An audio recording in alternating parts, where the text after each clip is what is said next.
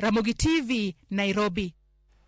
Achich mong'ere kaka Kevin Kang'ethe ne otere rumand ma Nairobi kama koro ibiro geng'ne nyaka tarik 19 dweni. Kang'ethe ne otere doho bang' obila make kendo e kar dak mangong kuma nosebedo ka oponde nyaka nyocha oluchre mowuog e stesend obila ma Muthaiga. Didi Okeyo nigi ler mar wachni.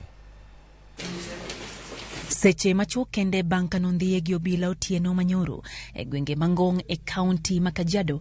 Kevin Kang'ethe nochwale doho ma Milimani e kaunti ma Nairobi e bwo arita mager. Kowuoyo e lo Jomin Buche, Vincent Monda okwayo doho mondo migeng'ne Kang'ethe e rumand ma Nairobi to ok tesend obila kaluwore ni nosepondo molal koya e tesend obila ma Muthaiga juma mokalo. Once bitten, twice shy.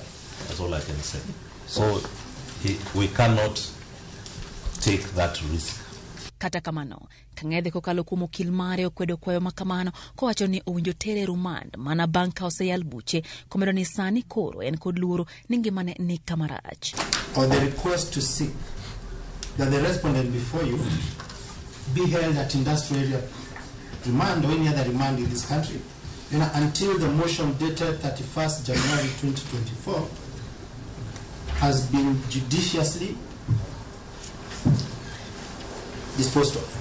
Kogolo ng'eto mare, jang'ad bura Lucas Onyina wacho ni Achijno ok nyal dine tesend obila kendo to koro ibiro dine rumand ma Nairobi nyaka tarik 19 dweni kama ibiro ng'adne bura mar kapo ni ibiro tere piny Amerika mar duoko penjo e wi nek mar nyadendi Margaret Mbitu manotimore tarik 31 dwe mar 10 higa mar 2022 e paw ndeke ma Boston e piny mar Amerika. Lydia Okeyo, Ramogi TV, Nairobi.